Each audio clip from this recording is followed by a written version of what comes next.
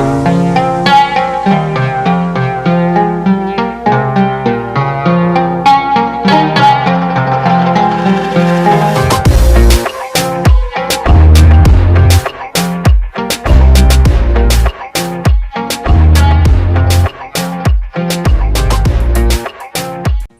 Everyone, आप देख रहे हैं मेरा यूट्यूब चैनल सीए मानस कुमार ऑफिशियल। मैं हूं आपका यूट्यूब पार्टनर, यूट्यूब दोस्त सीए मानस कुमार। दोस्तों, आज हम बात करेंगे सेक्शन 194Q, जो एक नया सेक्शन अभी आया है, वो 1 जुलाई से एप्लीकेबल है। उसका बारे में आज बात करेंगे। चलिए दोस्तों, हम देखते हैं आगे क्या है। जी हाँ दोस्तों, हम जाने से पहले ये जानना जरूरी है कि सेक्शन 194Q क्या है, क्यों आया है, उसका बारे में थोड़ा जानेंगे। उसका बाद हम उसका जो सेक्शन का अंदर जो डिटेल्स है उसका हम पता करेंगे। जी हाँ दोस्तों, जो 194Q है वो सिर्फ इसलिए है कि deduction of tax at sources on payment of certain some for purchase of goods. यहाँ देख क्या बोला है,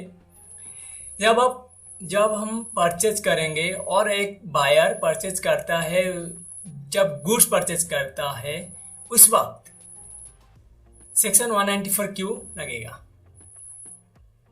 लेकिन हमको पता नहीं कितना अमाउंट परचेज होगा तो 194Q लगेगा, और कौन बंदे हैं जिसका ऊपर 194Q लगेगा, वो बंदे कौन है। चलिए दोस्तों, उसका बारे में हम डिटेल चर्चा करेंगे। चलिए। जी हाँ दोस्तों, उसमें क्या लिखा है। एनी पर्सन, दोस्तों, any person being a buyer, वो बायर है ना, होना जरूरी है, who is responsible for paying any sum to any residence. पहला कंडीशन जो है वो बायर होना चाहिए। क्या होना चाहिए दोस्तों?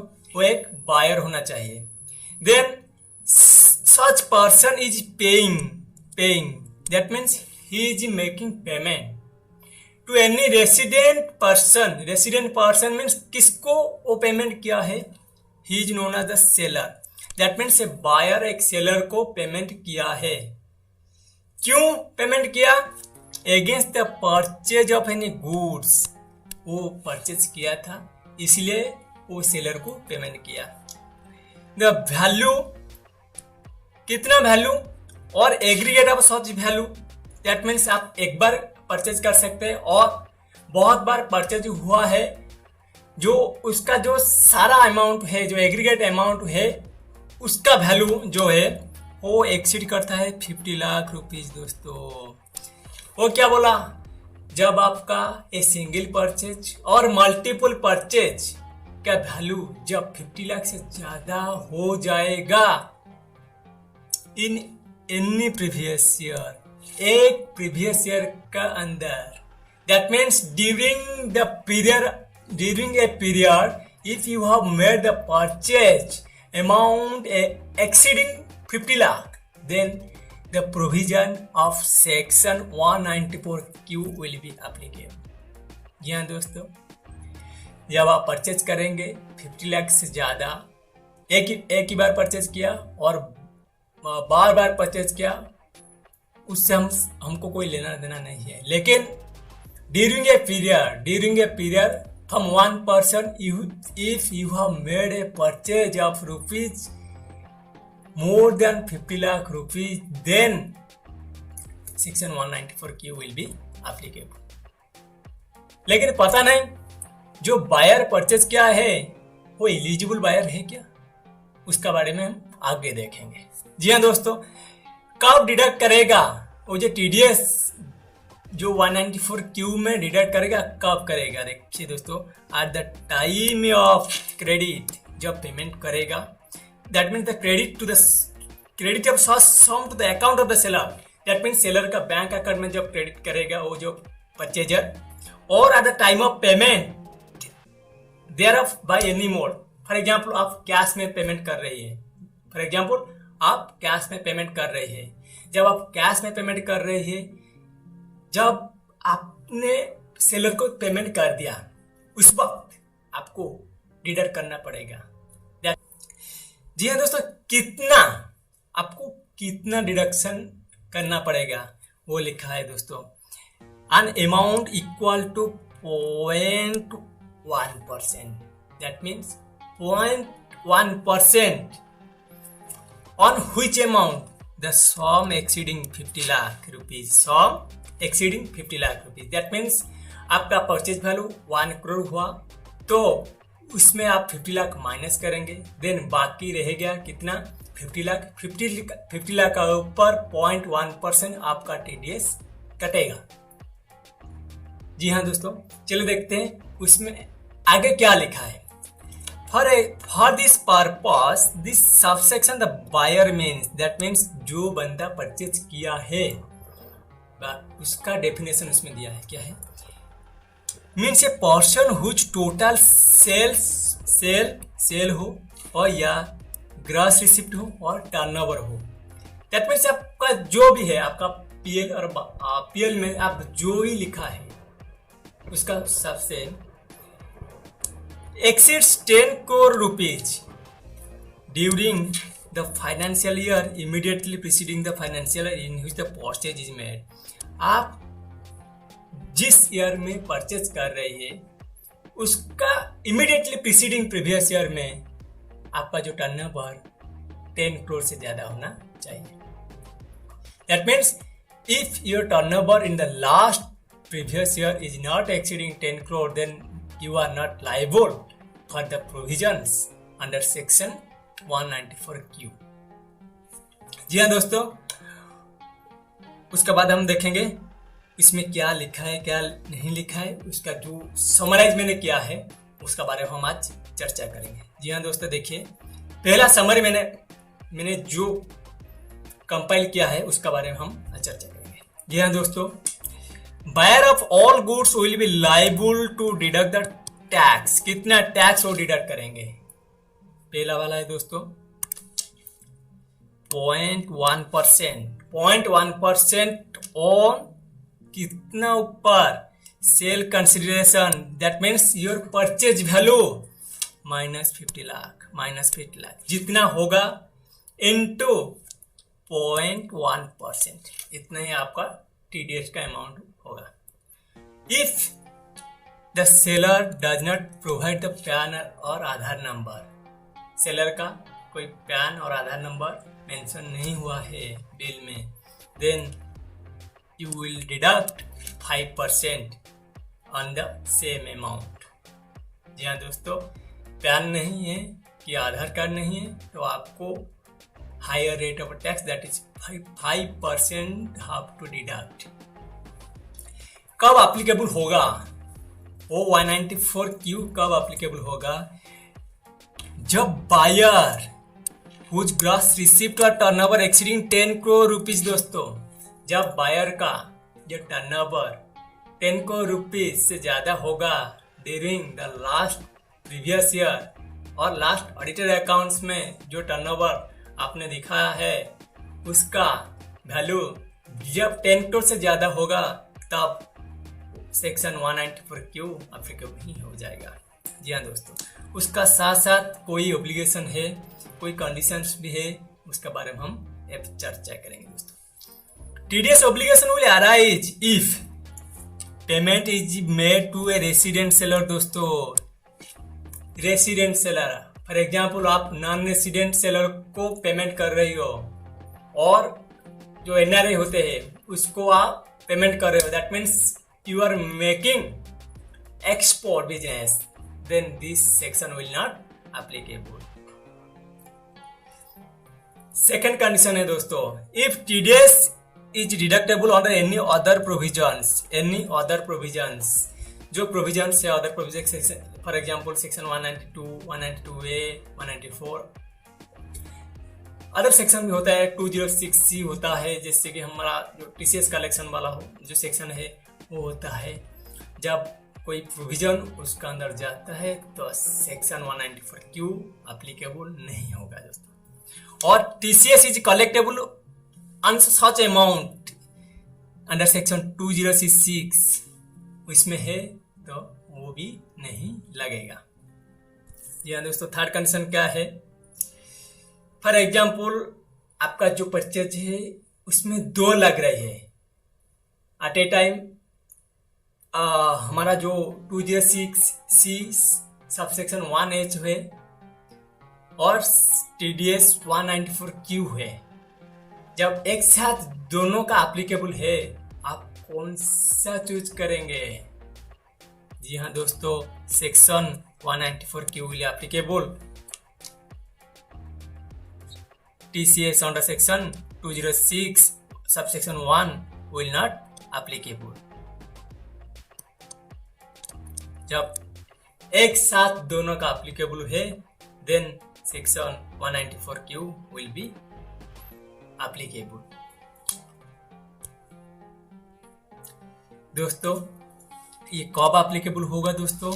ये 1 जुलाई 2021 से वो एप्लीकेबल हो जाएगा। टाइम लिमिट क्या है दोस्तों? कब आप डिडक्शन करेंगे? Tax to be deducted at the earliest of the following दोस्तों, at the earliest of the following मैंने बताया था। क्या बताया था? जब आप सेलर का बैंक अकाउंट को ट्रांसफर करेंगे और if you are not referring the banking mode, other than banking mode आप रेफर करते हो, तो जब आप पेमेंट किया उस वक्त आप TDS का डिडक्शन करेंगे। जी हाँ दोस्तों, टाइम ऑफ द क्रेडिट और the time of making payment. जी हाँ दोस्तों, मैं आपको एक इलस्ट्रेशन बताना चाहूँगा। उसमें आपका जो डाउट है सारा क्लियर हो जाएगा। फॉर एग्जाम्पल दोस्तों, इसमें लिखा है कि टर्नओवर ऑफ सेलर, इसमें turnover of buyer, amount paid और रिसीव्ड फॉर द सेल और purchase of goods in the previous year में कितना वो अमाउंट परचेज और सेल किया है। Taxable amount, whether PAN is available, TDS और TCS कौन सा आइटम आपका जो एप्लीकेबल है, लायबल पर्सन कौन है, एप्लीकेबल सेक्शन कौन सा सेक्शन एप्लीकेबल होगा, एक्सक्लूडेड सेक्शन कौन कौन है, एक्सप्लेनेशन। इस चार्ट को आप ध्यान से देखेंगे तो आपका जो डिफिकल्टी है वो रिमूव हो जाएगा। जी हाँ दोस्तों, 194Q के लिए क्या क्या कंडीशन है दोस्तों? हमारा जो बायर है, बायर का जो लास्ट ईयर का टर्नओवर 10 करोड़ से ज्यादा होना चाहिए। सेकंड कंडीशन दोस्तों क्या? उसका जो परचेज वैल्यू है वो 50 लाख से ज्यादा होना चाहिए। चलिए दोस्तों, तो इसीलिए turnover of seller in crore, that means 11 crore है। मेरे से कोई लेना देना नहीं है, लेकिन बायर का जो टर्नओवर है वो 9 करोड़ है, उसको 10 करोड़ से ज्यादा होना चाहिए। तो इसलिए सेक्शन 194Q लगेगा क्या नहीं लगेगा हम देखेंगे। परचेज वैल्यू 55 लाख है वो तो लगेगा, लेकिन उसमें 9 लाख है तो नहीं लगेगा दोस्तों। टैक्सेबल अमाउंट कितना होगा दोस्तों? ये 55 lakh minus 50 lakh is equal 5 lakh. This the taxable और पैन एप्लीकेबल है, लेकिन एक्सक्लूडेड सेक्शन क्या है दोस्तों? एप्लीकेबल सेक्शन क्या होगा? ये 206C1H में होगा, लेकिन हमारा जो सेक्शन है 194Q वो नहीं लगेगा। चलिए दोस्तों, मैं डायरेक्टली आपको बताता हूँ इसमें क्या है। आई थिंक आप समझ सकते हैं, आप देखकर समझ जाएंगे। जी हाँ दोस्तों, उस कलम में हम आज चर्चा करेंगे उसमें क्या लिखा है। और टर्नओवर ऑफ सेलर्स में 9 लाख है। सेलर का जो टर्नओवर है 9 लाख है, लेकिन बायर का जो टर्नओवर है वो 11 लाख है। दैट मीन्स ये मोर देन 10 लाख 11 करोड़ है, मोर देन 10 करोड़ दोस्तों, more than 10 crore. That means first condition is satisfied. Second condition is the purchase value is 55 lakh. That means more than 50 lakh. That means more than 50 lakh. Second condition is satisfied.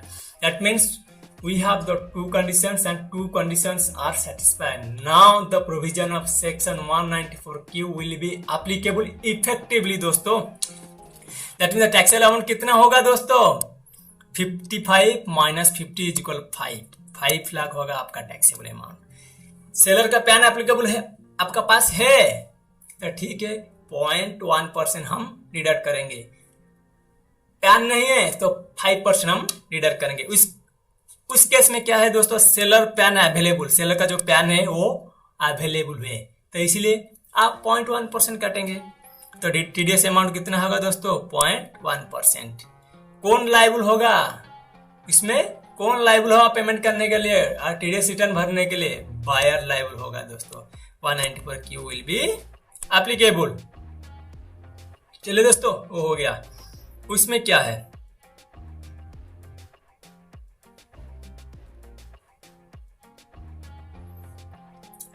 Second case में हम और एक बार देखिए.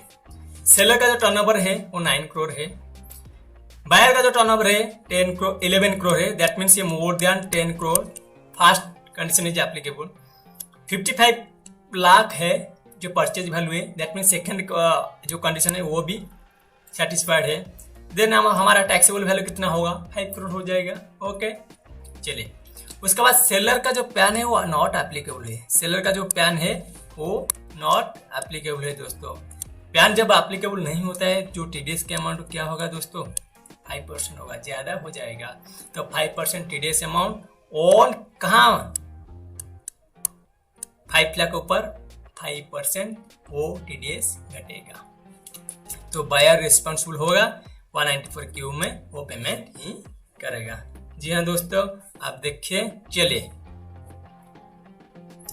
उसका साथ हम बात करेंगे क्या, जो कंपैरिजन ऑफ सेक्शन 194Q और 206C1H में क्या डिफरेंस है. वो दोनों जो सेक्शन है बहुत सिमिलर है. आप जब खुद स्टडी करेंगे आपको पता चला जाएगा उसमें क्या डिफरेंस है और क्या नहीं. चलिए दोस्तों, मैं क्या दिखाता हूं आपको. 194Q में क्या है, 206C1H में क्या है दोस्तों.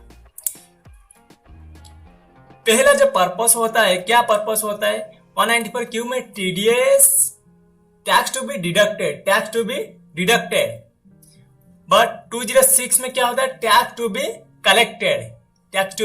कलेक्टेड. कौन डिडक्ट करता है दोस्तों? जो पेमेंट करता है वो डिडक्ट करता है. That means the buyer payment करता है तो बायर डिडक्ट करना ही पड़ेगा बायर को. तो इसलिए वो बायर और purchaser is responsible and the TDS amount, the applicability of TDS is applicable to the buyer only. In case में क्या होता है दोस्तों? TCS is collected. देन कौन कलेक्ट करता है? जब सेल होता है तब कलेक्ट होता है दोस्तों. The seller is responsible in this section. कब एप्लीकेबल है दोस्तों? ये नया सेक्शन है, अभी आया है. 1 जुलाई से वो लागू होगा तो इसलिए उसका जो इफेक्टिव डेट है 1 जुलाई 2021. वो जो है वो पुराना वाला है, वो 10 अक्टूबर 2020 से वो एप्लीकेबल हो चुकी है. उसके बाद कब हम डिडक्ट करेंगे और कलेक्ट करेंगे? टीडीएस को हम डिडक्ट करेंगे, टीसीएस को हम कलेक्ट करेंगे जब पेमेंट और क्रेडिट हो जाएगा. व्हिचएवर इज अर्लियर, उस वक्त हम डेबिट करेंगे. दैट मीन्स डिडक्ट करेंगे eight the time of receive. इसमें क्या होता है दोस्तों? जब हम रिसीव करेंगे, दैट मीन्स जब हम सेल करेंगे, जब पैसा मिलेगा उस वक्त हम क्या करते हैं ना, उस वक्त सेलर को बैंक अकाउंट को मिल जाएगा. दैट मीन्स वो रिसीव हो गया. जब रिसीव होगा उस वक्त वो टीसीएस कलेक्ट करेगा. एडवांसेस केस दिया है.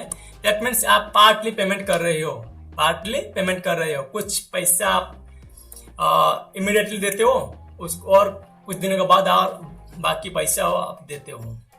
उस केस में क्या होगा? वो भी लगेगा जो टीडीएस 194Q है उसका जो एप्लीकेबिलिटी वो आ जाएगा. वो दोनों केस में एप्लीकेबल आ जाएगा दोस्तों. टीडीएस टीसीएस का रेट कितना है दोस्तों? इफ पैन अवेलेबल है और आधार अवेलेबल है देन 0.1%. उसमें क्या है दोस्तों 0.1% है, लेकिन जो फाइनेंशियल ईयर 2021 जो कोविड के लिए वो क्या है 0.75%, 0.75% है।